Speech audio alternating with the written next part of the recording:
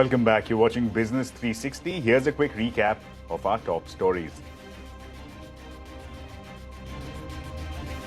Sensex and Nifty end with marginal losses after a range-bound session. Mid-caps outperform with the index gaining nearly 200 points.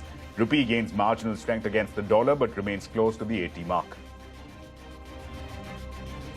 Europeans buy more in one afternoon than I do in a quarter. I'd be surprised if that is not the condition still. But yes, we will buy from Russia. We'll buy from wherever. Petroleum Minister Hardeep Puri says India will carefully assess whether to support a proposal by G7 nations to impose a price cap on Russian oil. Adds that he has no moral conflict with buying Russian oil despite their Ukraine invasion. Says he has a moral duty to the Indian consumer.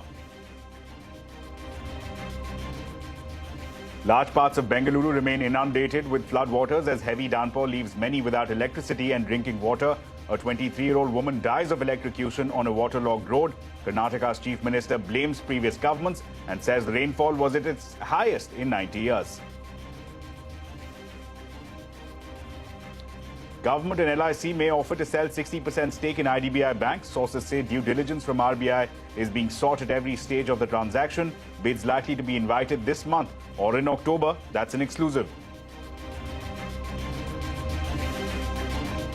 Finance Minister Nirmala Sitharaman and Steel Ministry officials review the export duties imposed on steel and iron ore. Sources say government is examining a proposal for a calibrated reduction of steel duties, but the taxes on iron ore are likely to stay. Revenue Department yet to take a final decision.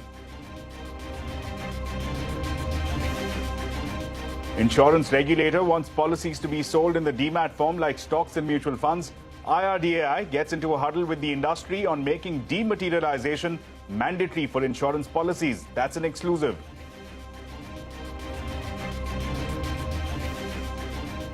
The Aviation Ministry writes to the Finance Ministry seeking a higher loan limit for airlines under the Emergency Credit Guarantee Scheme.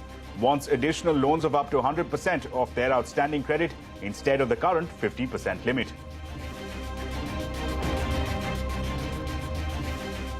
Drug Controller General of India grants emergency use authorization for Bharat Biotech's nasal COVID vaccine. The vaccine can be administered on those above the age of 18.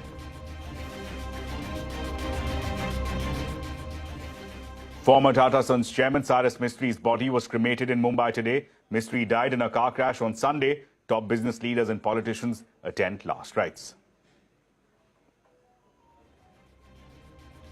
Prime Minister Modi and his Bangladeshi counterpart Sheikh Hasina signed 7 memorandums of understanding related to water sharing, railways, space, science and judiciary. Sheikh Hasina is on a 4-day official visit to India.